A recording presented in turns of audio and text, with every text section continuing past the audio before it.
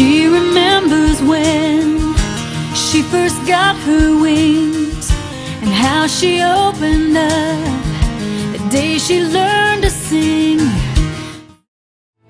E seppellire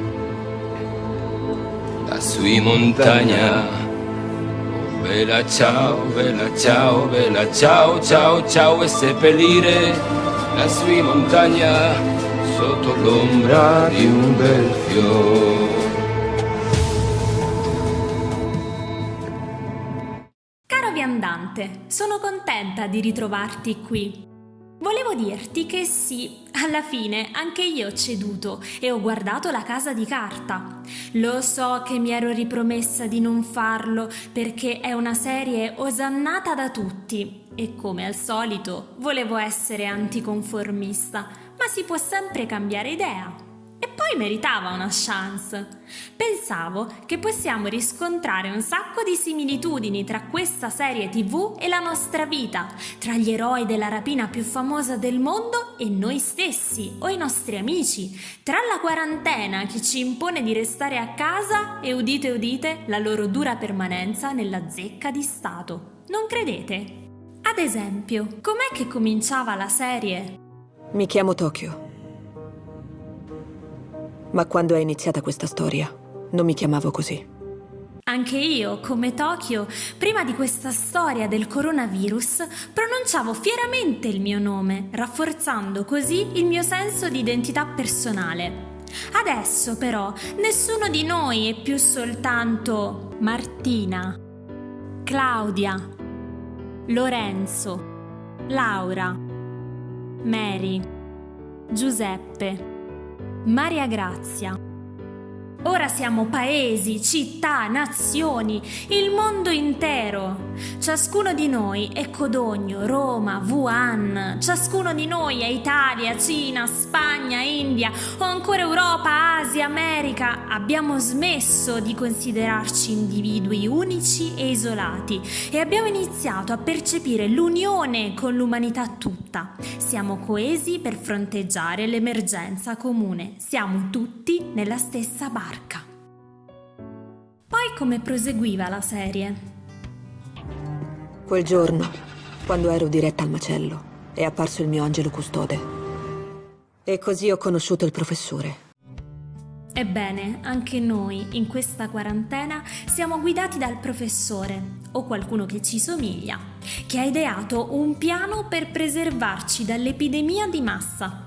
Chi è? Conte, ovviamente. E sebbene tutti, almeno una volta, abbiano messo in discussione le sue misure e abbiano avuto da ridire, un po' angelo custode resta, perché nessuno di noi in una situazione così improvvisa e delicata sarebbe riuscito ad essere impeccabile o immune da errore. Ha fatto semplicemente del suo meglio.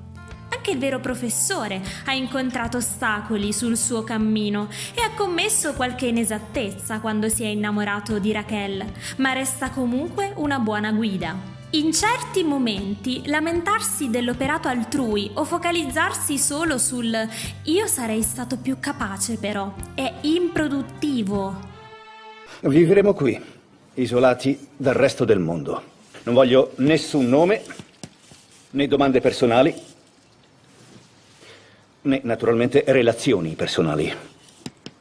Nessuna relazione personale. Mi ricorda un po' il monito nessun assembramento.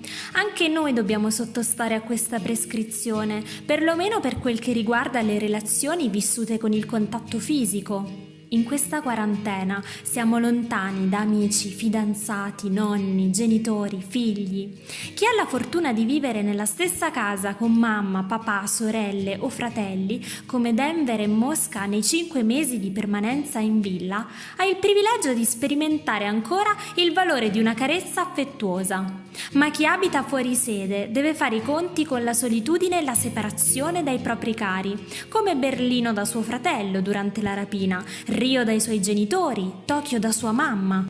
10 giorni chiusi nella zecca di Stato per rincorrere sogni di gloria, ma non senza una dose di sofferenza, quella stessa sofferenza, quello sconforto che viviamo noi in quarantena delle volte. Qualcuno di noi in questo periodo ha temuto per la vita di un proprio caro. Qualcuno con rammarico lo ha visto lasciare questa terra, come Helsinki con Oslo, magari senza avere nemmeno la possibilità di salutarlo per l'ultima volta.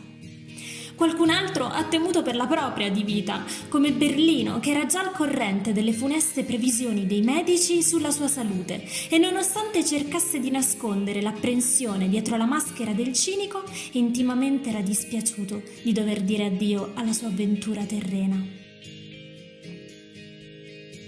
Più di qualcuno ha pensato di fare festa come Tokyo, di continuare ad uscire nonostante le restrizioni, mettendo in pericolo il piano.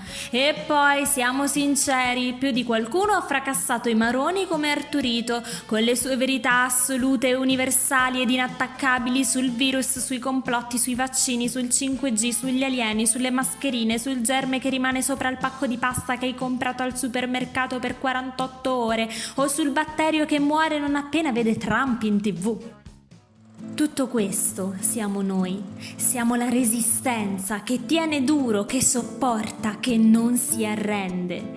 Siamo la resilienza perché abbiamo il potere di autoriparare il nostro cuore anche nei momenti di vuoto e buio interiore. Stavolta siamo noi gli eroi di questa storia, di questa nostra vita. Siamo il pendolo che oscilla tra la paura e l'immenso coraggio, alla perenne ricerca del suo centro di gravità permanente. Cerco un centro di gravità permanente che non mi faccia mai cambiare idea sulle cose, sulla gente. Avrei bisogno di cerco un centro di gravità permanente che non mi faccia mai cambiare idea. Siamo Denver quando abbiamo ancora la forza di ridere di gusto nonostante tutto, contagiando anche gli altri con il nostro umorismo. E siamo Denver quando, nonostante le circostanze sembrino avverse, abbiamo comunque l'audacia di puntare in alto e di credere che meritiamo un mondo all'altezza delle nostre aspettative, come ha fatto lui conquistando Monica, sebbene Mosca credeva che con una donna di quel calibro suo figlio non avesse possibilità. Siamo Rio, fragile, indifeso, insicuro, che ha incassato un sacco di colpi, prima per il rifiuto di Tokyo, poi perché maltrattato illegalmente dalla polizia, ma si è fatto forza davanti alla necessità, ha superato i suoi traumi e si è fiondato alla ricerca di Gandia, vincendo il panico. Siamo Lisbona, che davanti all'imprevisto e all'inaspettato, proprio quando aveva perso ogni sua certezza, ha prontamente rivalutato i suoi valori, le sue credenze, ha rimesso in discussione tutta la sua vita e non ha avuto timore di abbandonare il vecchio per il nuovo. Siamo Stoccolma, che nel bel mezzo del caos, nella peggiore delle tragedie, non ha chiuso le porte del cuore e si è rimessa in gioco, trovando spazio anche per l'amore. Siamo Nairobi, che nella baraonda ha mantenuto il sangue freddo, si è rimboccata le maniche e ha continuato ad escogitare strategie innovative per stampare banconote. Siamo Nairobi, che non si è fatta fermare dai pregiudizi di genere e ha dimostrato che anche il matriarcato può funzionare, che non si è persa d'animo dopo essere stata ferita, che è stata pronta a rivisitare i suoi schemi di pensiero e a dare spazio all'amore per Bogotà. Siamo Berlino, che nella consapevolezza del suo inevitabile declino ha continuato ad intonare inni d'amore. Ti amo, un soldo ti amo, in aria ti amo. Se viene testa vuol dire che basta, lasciamoci. A celebrare la vita, ad assecondare la sua vena folle e creativa. Siamo Tokyo, con la sua imprevedibilità, la sua scaltrezza, il suo coraggio, la sua acuta intuizione, la sua voglia di libertà, il suo salvifico istinto di sopravvivenza. Non sono fatta per invecchiare nella cella di un carcere. Sono più il tipo che scappa, con corpo e anima. E se il corpo non può scappare, che almeno scappi la mia anima. Siamo Tokyo quando prendiamo coscienza del fatto che una gabbia esteriore non può pregiudicare l'insottraibile libertà che possiede la nostra anima come dono di natura, che nessuno può sottrarci il potere di volare con la fantasia.